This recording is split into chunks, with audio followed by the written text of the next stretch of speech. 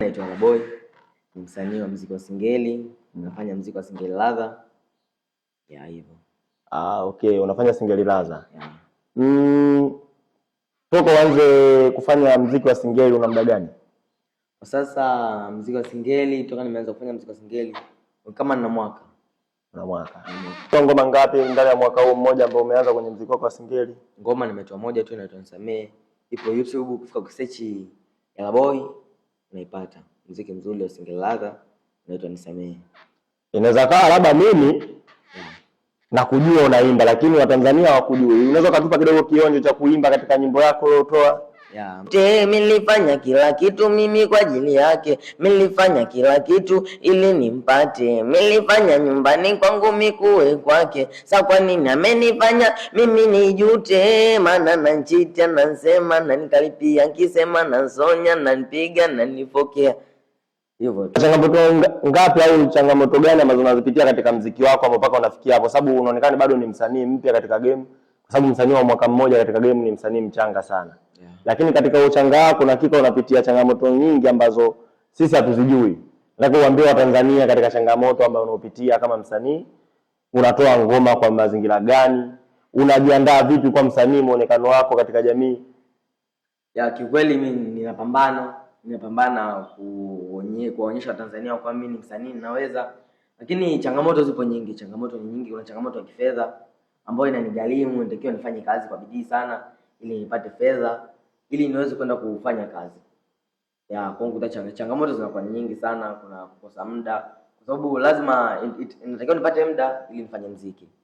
Na natakiwa nipate muda ili nifanye kazi. Ukuta una vitu vile vinaingiliana sana. Kwangu lazima nifanye kazi ili nikafanye muziki. Muda ninafanya kazi siwezi kufanya muziki. Itatakiwa nitenge muda na simama kwa kazi zetu hizi.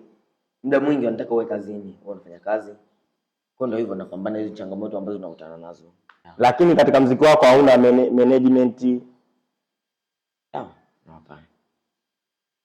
Unajua una mzigo mkubwa sana katika muziki wako? Kweli na mzigo mkubwa sana. Sasa labda neno moja ambalo labda uambie Tanzania kama wewe kweli unahitaji msaada na unahitaji kusaidiwa na muziki unajua, kwa sababu nikikuangalia ni umri ambao kama kina Dvoice walivyoanza muziki, kwa sababu hata ukimwangalia Dvoice kipindi anaanza kuimba alikuwa kama umri wako wewe. Lakini leo mwangalie Dvoice yupo wapi? Yupo Wasafi. Kabadilika kwenye kutoka muziki wa Singeli kwenda paka kwenye Bongo Flava. Uangalia kina Meja Kunta wametoka mbali, wakina Mudi msanii. Sasa ni mtu una sauti nzuri na unajua kuimba. Lakini sasa shida nimeangalia kwako ni management na muziki wako unaofanyia kwenye mazingira magumu. Nataka kuambia Tanzania kama kuna uwezekano wa Tanzania kunisupport, wanisupport kwa maana bila wao mimi si chochote. Nahitaji sana support yao wa Tanzania. Nahitaji sana wanisupport, waniinue kwenye muziki wangu. Kwa maana naweza nikawa nafanya muziki, lakini muziki naweza nikawa naufanya wanaonijua ndio wakajua nafanya muziki.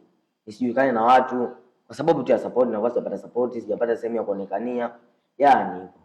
Nikipiga simu hautaki kupokea, nikituma SMS hautaki nijibi. Sasa baby, mapenzi gani hayo unanifanyia? Hivi ingekuwa wewe vikweli ungevumilia? Sasa mbona nikipiga simu hautaki kupokea, nikituma SMS hautaki nijibi. Sasa baby, mapenzi gani hayo unanifanyia? Hivi ingekuwa wewe vikweli ungevumilia?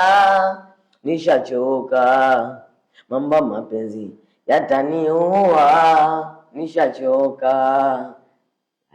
Okay. Sawa. Una kitu gani ambacho cha kuambia Watanzania na wadau ambao kwa mwisho unaweza kaongea? Labda nilikuwa nahitaji sana support na kama unawezekano sina manager. Sijamanajiwa. Nitafuta kama kuna uwezekano kuni manage, kwa support, kwa kunisaidia na nilikuwa naomba sana ngoma kazi niliyoiachia ipo YouTube, Nisamee. Nilikuwa naomba sana wadau wakaiangalie, wakaisikilize, wakasubscribe, wakashare, wakacomment hivyo.